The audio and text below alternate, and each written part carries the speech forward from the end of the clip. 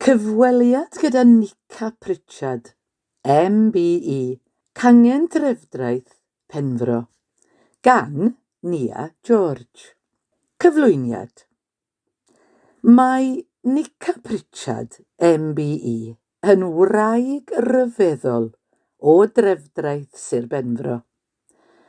Rhaid cyfadde mod i chydig yn betrisgar ynglŷn â'i chyfweld am bysgota gan nad oes cefndir na gwybodaeth gennyf o'r gamp, ond roedd ymweld â chartref Nica, fel ymweld â hen ffrind, a'r sgwrs yn llifo'n rhwydd rhyngom, a straeon yn byrlymu o enau'r cymeriad hoffus. Un peth darodd fi'n syth am Nica oedd y sbarc direidus yn ei llygaid. Ac wrth iddi sôn am sut y dechreuodd hi bysgota, fe ddaeth yn amlwg fod gan y wraig hon ddigon o straeon difyr i lenwi llyfr, a byddai'r cyfweliad yn cynnal ei hun, a bod awren ddigri a braf o mlaen ni. Pysgota cynnar. Dechreuodd cariad Nica tuag at bysgota yn gynnar iawn yn ei phlentyndod, a hithau ond yn 2 blwydd oed. Nica fyddai'r cyntaf i gyfadde i bod hi'n blentyn direidus a oedd yn chwilio am her barhaus. Tra roedd ei chwaer yn fwy sedét ac yn dywelach ei ffordd, a'r ddwy yn gwahanol i'w gilydd. Penderfynodd ei thad y byddai mynd â Nica gyda fe i bysgota yn ffordd dda o ddefnyddio egni byrlymus yr hoges fach. Ond, yn y cyfnod hwnnw, adeg y rhyfel, roedd tanwydd car yn beth prin. Felly, arferai tad Nica fynd i bysgota ar gefn ei feic.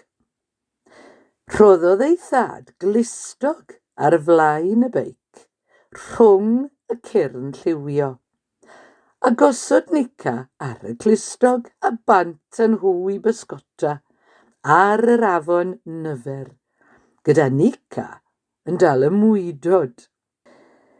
Roedd Nica yn cael ei hadnabod yn Trefdraeth fel rhoces ddrygionus, ond mae'n amlwg fod ei chariad tuag at yr awyr agored wedi dechrau o oed ifanc iawn.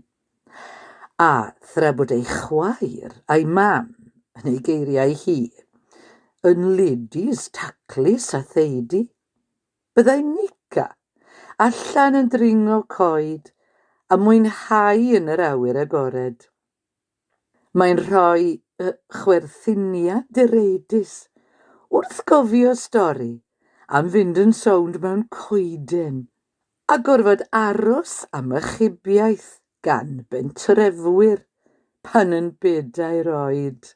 Y wers bwysica am bysgota ddysgodd fy nhad i fi, medd Nica, oedd hi mond dal digon i'r bwrdd. Gwers a safodd gyda hi drwy ei hoes, ac mae'n dal i'w dilyn hyd heddiw. Doeddwn i ddim eisiau lladd pethau yn ddiangen, meddai. A dyma'r wers rwyf wedi dysgu fy meibion, a'r wyron, ac i rai rwyf wedi ei hyfforddi. Gall Nica ddal i gofio ei thro cyntaf ar ei phen ei hun ar yr afon, dros 80 mlynedd yn ôl. Erbyn i mi fod yn 7 mlwydd oed, roeddwn wedi dysgu pysgotau gyda fflu, ac rwy'n cofio'n iawn fy mhysgodyn cyntaf, brithyll brown hyfryd, mewn nant ger a Byreiron, lle roedd dynes oedrannus yn gadael i mi bysgota ar ei thir, dim ond i fi adrodd adnod o'r Beibl yn Gymraeg pan gyrheiddwn ni yno. Roedd y brithyll brown yn mesur 6 modfedd o hyd, ac roedd cymaint o bysgod yn yr afonydd lleol yr adeg honno. Byddai fy mam yn cael platiau allan yn barod ar gyfer gwledd o bysgod erbyn i ni gyrraedd adre. Cynrychioli ei gwlad. Nica, fyddai'r cyntaf i ddweud, mae un o'r prif ddylanwadau eraill yn ei bywyd, heb law am ei thad, oedd ei gŵr, y diweddar Nica Pritchard. Na fi ganddo gymaint o ddiddordeb â hi mewn pleserau pysgota, ond a oedd yn dda iawn yn ei faes ei hun, sef rhwyfo. Cafodd ei ddewis i gynrychioli Cymru yng ngemau ymerodraeth Prydain a'r Gymanwlad 1958 a gynhaliwyd yng Nghaerdydd. A rhwyfo yn digwydd ar Llyn Padarn yng Ngogledd Cymru. Ond roeddwn i'n gystadleuol, ac os oedd David yn cael cynrychioli ei wlad fel Cymro di-Gymraeg wrth rwyfo, pam na fedrwn ninna i fynd amdani i ymgeisio ar gyfer y tîm pysgota cenedlaethol. Roedd wedi bod yn pysgota drwy gydol ei harddegau, ac erbyn hyn yn briod â David, pan welodd hysbyseb yn y cylchgrawn Trout Fisherman gan Moc Morgan yn gwahodd pysgotwyr o Gymru i wneud cais i gael treial i'r tîm cenedlaethol o 12. Cafodd ei gwahodd i dreial ac roedd yn falch iawn o fod yn gymwys. Fe wnes i bysgota dros Gymru am dros 20 mlynedd, ac rydw i yn dal yn falch iawn o fy nghot a'r bathodynau a enillais, meddai wrthyf a balchder. Yn ystod y cyfnod hwnnw, enillais 2 medal aur a gallaf gofio fy nghystadleuaeth gyntaf yn erbyn Lloegr, yr Alban ac Iwerddon yn Grapam Water. Y Saeson oedd y ffefrynnau poeth, oherwydd bod ganddyn nhw lwyth o bysgotwyr i ddewis ohonynt, a dim prinder arian. Roedd ganddyn nhw gacen ddathlu eisoes wedi ei gwneud. Ond dwi'n siŵr nad oedd hi'n blasu'n rhy felys gan ein bod yn Nia Cymru wedi ei meiddi, meddai Nica, a gwen chwareus ar ei gwefusau. Yn 70 oed, penderfynodd Nica gamu nôl o gystadlu fel aelod o dîm Cymru, mwyn rhoi cyfle i bobl eraill. Ond fe sylweddolodd nad oedd y tîm yn cyrraedd yr uchelfannau mwyach. Felly, dyma roi cais arall ar fod yn rhan o'r tîm. Ac yn 80 mlwydd oed, fe gafodd ei dewis eto i'r tîm. A derbynion nhw'r fedal aur. Erbyn hyn, roedd Nica yn adnabyddus yn y cylchoedd pysgota, a phawb yn ei hannog i ddal ati. Ond gwrthod wnaeth Nica gan ddweud ei thafod yn ei bwch, tofi nôl eto pan fyddaf yn 90. Hyfforddi, ond sut dreuliodd Nica y blynyddoedd pan nad oedd yn aelod o'r tîm, a'r blynyddoedd wedi hynny? Ymlacio? Eistedd yn segur? Choeliau fawr.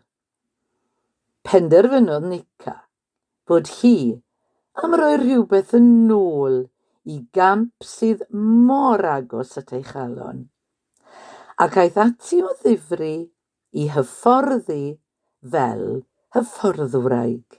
Ar ôl gyrfa gystadleuol hir a nodedig, penderfynodd ddechrau hyfforddi o ddifri. Ar ôl treulio amser ar yr afon gyda'i phlant Simon, Jonathan a Daniel, ynghyd â'r rhan fwyaf o deuluoedd ei ffrindiau, penderfynodd ei bod yn bryd cymhwyso. Dysgais gymorth cyntaf, cael fy archwiliadau CRB a chylyswiriant, cyn sefyll fy arholiadau, a mynd i mewn i rôl werth chweil, lle gallwn basio pethau ymlaen a phobl fel y pysgotwr chwedlonol Moc Morgan yn cymryd amser i'w dangos i mi. Un peth rwy fwyaf balch ohono yw'r ffordd y llwyddais i annog menywod eraill i gymryd rhan, gyda Rhian Taylor, Barbara Thorne, Sandy Bevan a Pat Price i gyd yn mynd ymlaen i fod yn bysgotwyr rheolaidd yn nhîm Merched Cymru. Rwyf hefyd wedi dangos i rai sut i glymu plu, fel bod ganddynt eu rhai eu hunain i weddi i bob sefyllfa, rhywbeth arall rwy'n mwynhau ei wneud. Roedd Nica yn un o sylfaenwyr Ffederasiwn Hyfforddwyr Pysgota Sir Penfro, a gellir ei gweld yn bresennol yn rheolaidd pryd bynnag y byddant yn cynnal sesiynau i blant ac anghenion arbennig wrth iddynt bysgota o letu'r Ffederasiwn ym mhlug Trefdraeth ar y cleddau gorllewinol. Mae'n hyfryd gweld ei llawenydd pan maen nhw'n dal eu pysgod cynta, meddai Nica wrthyf. A gydag wyrion a gorwyrion fy hun, rwy'n gwybod pa mor bwysig yw ei cynnwys yn ei hamgylchedd a'i haddysgu. Pysgota yn y gwaed. Mae yn amlwg fod pysgota yn y gwaed i Nica ei theulu. Nica wedi mestroli'r grefft o dan arweiniad ei thad, a hithau wedi dysgu ei meibion a bellach ei chwirion sut i bysgota. Un o atgofion melysaf Nica o gystadlu, meddai, gan estyn llun o'r pentwr o'i blaen, oedd cael ei dewis ynghyd â'i merch yng nghyfraith yn aelod o dîm Cymru, a'i mab Simon yn un o'r prif hyfforddwyr. Ymweld â'r palas. Pan mae fy nghyfnod yng nghwmni Nica yn tynnu at ei derfyn, mae'n neidio i fyny a mynd i nôl 2 ffrâm. Y naill yn cynnwys llythyr oddi wrth y frenhines, yn ei gwahodd i Balas Buckingham i dderbyn MBE. A'r llall yn dal llun o Nica, ei gŵr David a'i meibion tu allan i'r palas wedi derbyn yr MBE. Derbyniodd Nica gydnabyddiaeth am ei gwaith hir a nodedig yn y maes, ac mae'n sôn am dderbyn yr MBE gan Dywysog Cymru.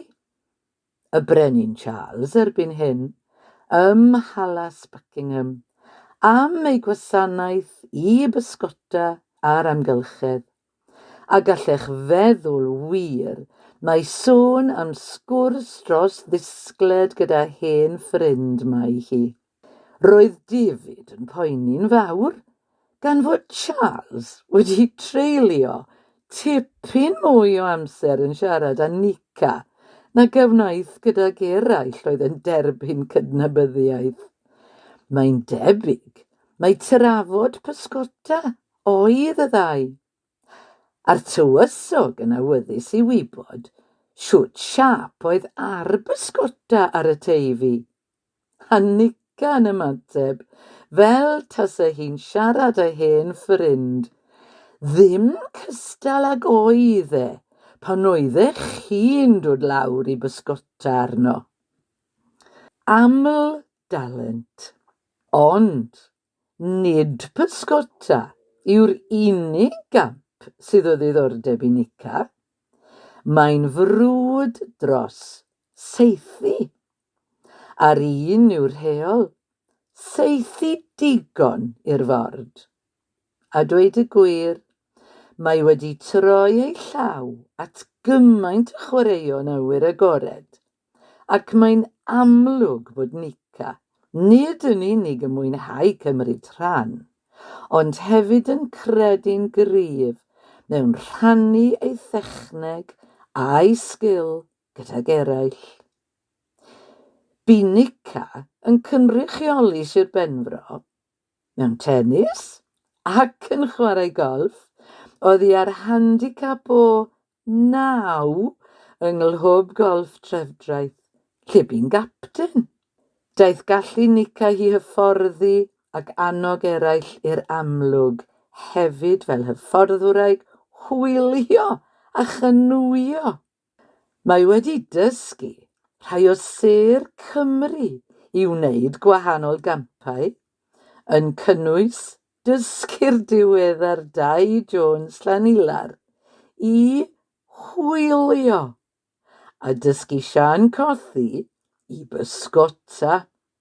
Wedi treulio amser yn ei chwmni, rwy'n siŵr y byddai'r profiad wedi bod yn fythgofiadwy i'r ddau. Y gair olaf. Mae Nica, heb os, yn ysbrydoliaeth i ni gyd. Mae'n disgrifio pysgota fel y therapi gorau yn y byd.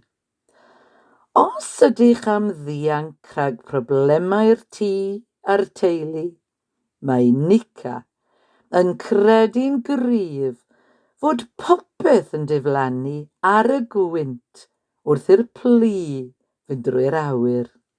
Os ydych am wella eich llesiant, y ma'r Nica, pysgota yw'r gamp i chi, oherwydd rydych chi allan yn yr awyr iach yng nghanol byd natur, ac wrth i chi ganolbwyntio ar y sgil o bysgota, rydych yn anghofio'r byd a'i broblemau. Ac os ydych yn glanio pysgodyn, byddwch ar ben eich digon. Felly, mae'n annog pawb i fynd amdani.